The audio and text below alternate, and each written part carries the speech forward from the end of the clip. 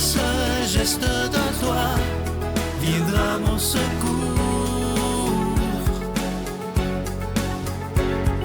Viens semer dans mon âme le grain de l'amour. Je traverse un désert et je meurs de soif. Montre-moi le mystère qui garde la foi. Bonjour, bon vendredi 27 octobre. Bienvenue à votre émission La Victoire de l'amour. J'espère que vous vous portez bien chez vous. On rejoint tout de suite pour sa chronique Claire Jacques. Et à l'homélie, ce sera l'abbé Stéphane Roy.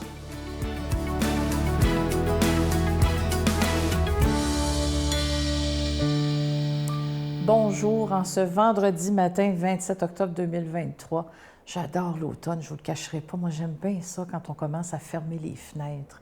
Puis que des fois, le soir, on se couche un peu plus de bonne heure. Puis qu'on dort des plus longues nuits parce que le soleil tarde à se lever un peu plus tard le matin. C'est une période de temps que je trouve régénératrice. Il me semble qu'on tombe dans une période de repos un peu comme la nature le fait. J'ai envie de vous parler d'un sujet un petit peu tabou ce matin. Les émotions. Bon, vous allez me dire, les émotions, on pourrait faire 30 000 chroniques là-dessus. Vous avez tout à fait raison. Mais j'ai envie de vous parler des émotions qu'on refoule. Vous savez, l'espèce de petit coffre, là, qui est dans le coin, qu'on n'ose pas trop ouvrir. Bien, la raison pour laquelle on refoule des émotions, c'est très simple. Hein? Premièrement, c'est souvent des sentiments qu'on veut oublier, qu'on veut enterrer parce que c'est trop pénible. Puis, évidemment, plus on essaie d'enterrer une émotion puis de la mettre de côté, plus elle veut sortir. Tu sais, comme le fameux brin d'herbe qui sort dans le ciment, là, qui pousse pareil, là, puis qui sort. Bien, c'est un peu ça, les émotions. Surtout celles qui sont refoulées. Elles reviennent parfois d'une autre façon. C'est ça qui est un peu difficile. Et pourquoi on a peur de laisser sortir les émotions? Bien, il y a 3 raisons principales. D'abord, parce qu'on ne sait pas comment ça va sortir. Ça fait peur, ça. Et on a peur de perdre le contrôle. On a peur que ça dérape. On a peur, sensibilité légitime oblige, n'est-ce pas? On a peur de faire face à nos proches d'une façon un peu moins élégante. On a peur de montrer un côté de nous qui sera un peu moins attrayant.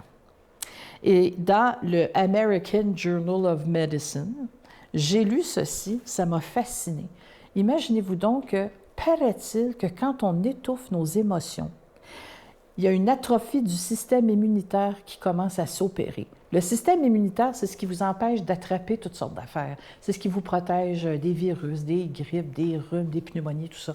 Alors, le système immunitaire est atrophié quand on fait une répression sur nos émotions.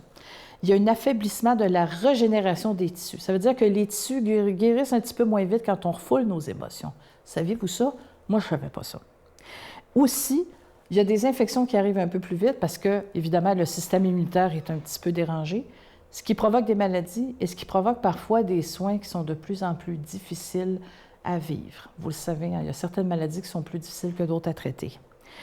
Quand on refoule les émotions, évidemment, il y a un paquet de choses qui arrivent. On s'isole, on commence à moins parler aux autres, ce qui fait qu'on commence à être un peu plus seul.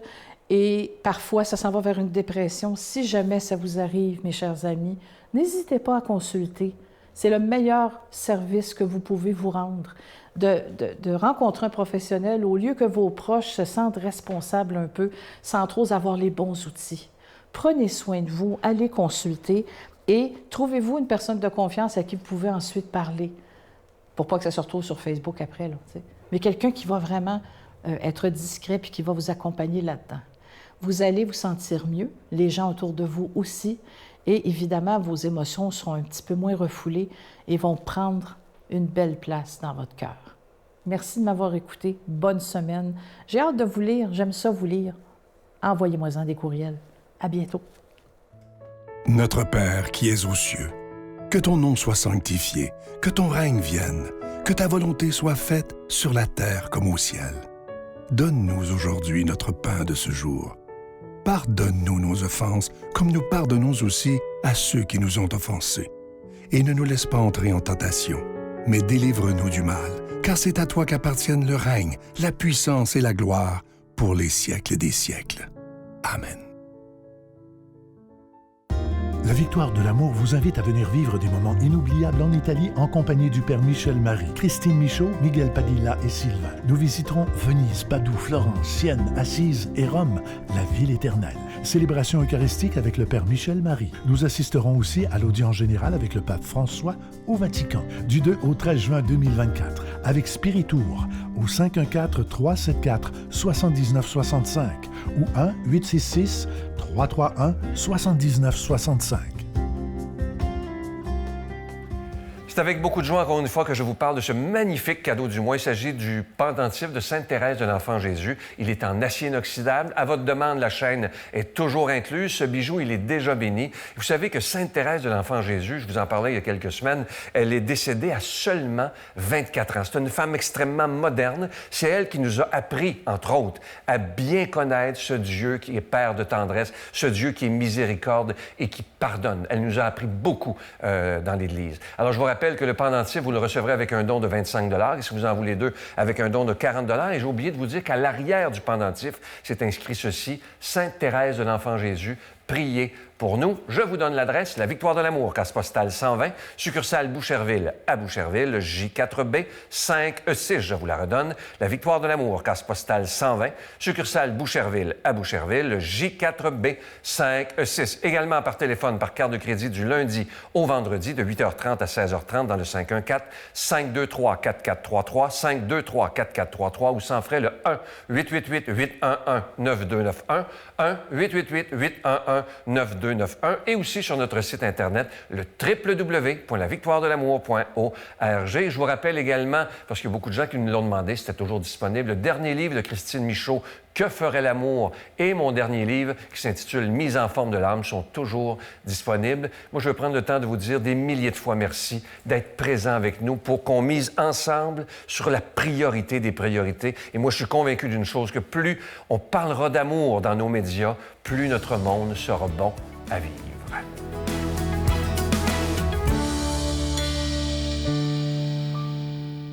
Mon Dieu, donnez-moi la sérénité d'accepter les choses que je ne peux changer, le courage de changer les choses que je peux et la sagesse d'en connaître la différence.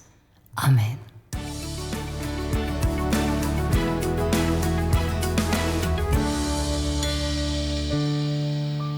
Bonjour à toi, bon vendredi. Évangile de Jésus-Christ selon saint Luc. Jésus disait à la foule: « Lorsque vous voyez un nuage se lever au couchant, aussitôt vous dites que la pluie vient. Ainsi arrive-t-il. Et lorsque c'est le vent du midi qui souffle, vous dites qu'il va faire chaud. Et c'est ce qui arrive. Hypocrite. Vous savez discerner le visage de la terre et du ciel. Et ce temps-ci, alors, comment ne le discernez-vous pas? Mais pourquoi ne jugez-vous pas par vous-même ce qui est juste? Ainsi, quand tu vas avec ton adversaire devant le magistrat, tâche en chemin d'en finir avec lui, de peur qu'il ne te traîne devant le juge, que le juge ne te livre à l'exécuteur et que l'exécuteur ne te jette en prison. Je te le dis, tu ne sortiras pas de là que tu n'aies rendu même jusqu'au dernier sou.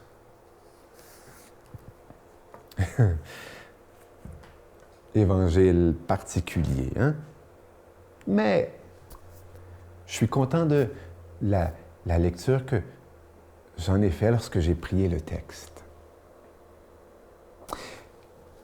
Et tout d'abord, un souvenir, une pensée. Le pape Paul VI, peut-être que tu t'en rappelles, hein? Le pape Montini, hein?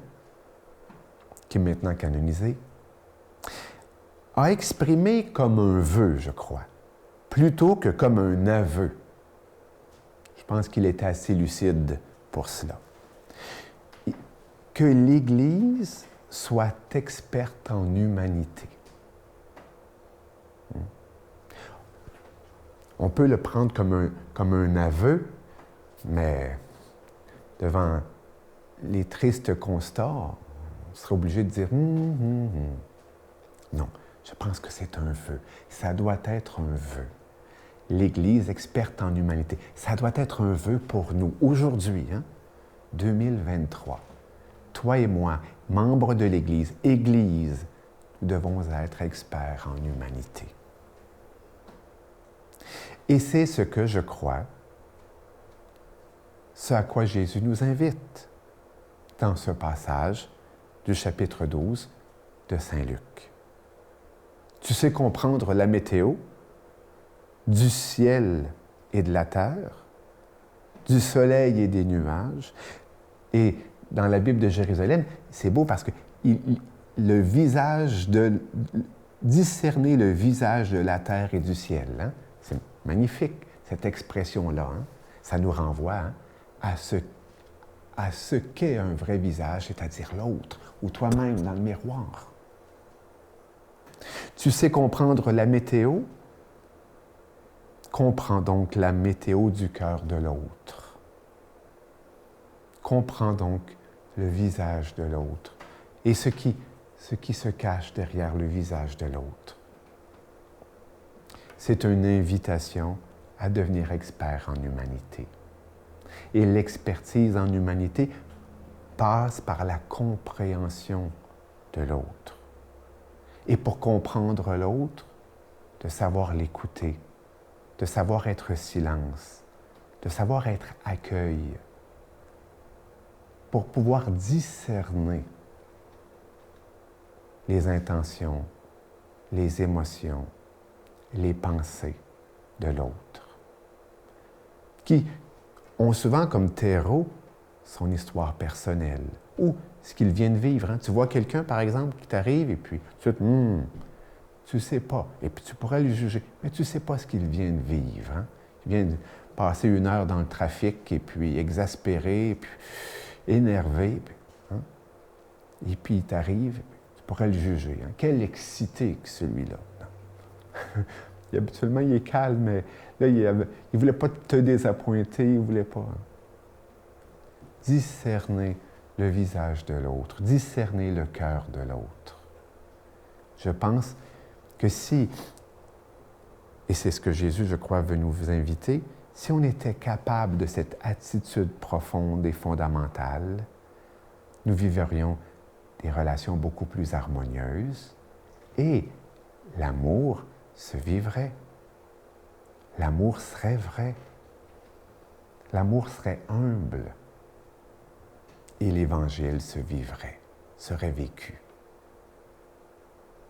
Oui, qu'en cette belle journée, notre prière, notre souhait soit que nous devenions experts en humanité. Amen. Je vous salue Marie, pleine de grâce. Le Seigneur est avec vous. Vous êtes bénie entre toutes les femmes, et Jésus, le fruit de vos entrailles, est béni.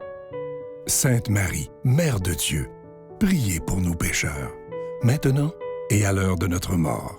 Amen.